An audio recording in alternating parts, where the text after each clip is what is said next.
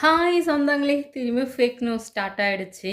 போரே நடக்கல. ஆனா நடக்காத முன்னாடி இது இன்னைக்கு போட்டாங்க, நாளைக்கு போட்டாங்க. பஹ்ரைன்ல இங்க பத்தின்னு எரியுது, அங்க பத்தின்னு எரியுதுன்னு சொல்றாங்க. அப்பலாம் இல்ல. பஹ்ரைன்ல எந்த பிரச்சனையும் இல்ல. நாங்க எல்லாருமே சேஃபா தான் இருக்கோம். துபாய்ல இருக்கிற கடற்கரையில அந்த ஈரானுடைய போட்ல ஏதோ பாம் போட்டாங்கன்னு சொல்லி நியூஸ் நான் பார்த்தேன். ஸோ அதனால ஈரான் வந்து அன்னைக்கு ஒரு நாள் மட்டும் துபாய்ல வந்து பாம் போட்டாங்களாம். அவ்வளோதான். ஒரே ஒரு குண்டு தான் ஏதோ போட்டேன்னு சொல்லி நான் நியூஸ்ல பார்த்தேன். அதுக்கப்புறம் அங்கேயும் எந்த பிரச்சனையும் இல்ல. ஸோ பஹ்ரைன்ல இருக்கிற நானும் சேஃபா இருக்கேன். நாங்களும் சேஃபா இருக்கோம். ஃப்ளைட் எல்லாம் போயிட்டுருக்கு.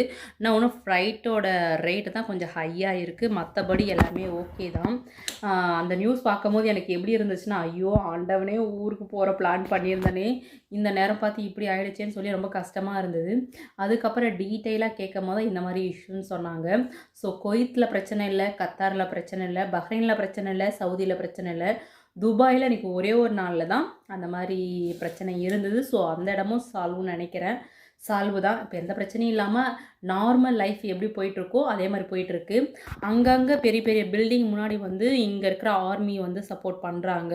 ஸோ உள்ள பஹ்ரைனுக்குள்ள வரதா இருந்தாலும் சரி, பஹ்ரைனுக்கு விட்டு வெளிய போறதா இருந்தாலும் சரி, எல்லாருமே செக் பண்ணிட்டே இருக்காங்க. அங்கங்க டூரிஸ்ட் பிளேஸ் இருக்கிற இடத்துல ஆர்மி அங்க என்ன சொல்றது? ஆர்மி வந்து எல்லாருமே பாதுகாக்குறாங்க. ஃபுல் செக் பண்ணி தான் அனுப்புறாங்க. So Bahrain is safe. என்ன அக்கறையோடு விசாரிச்ச, அன்போடு கேட்ட அனைத்து சொந்தங்களுக்கும் நன்றி. சிக்கும்.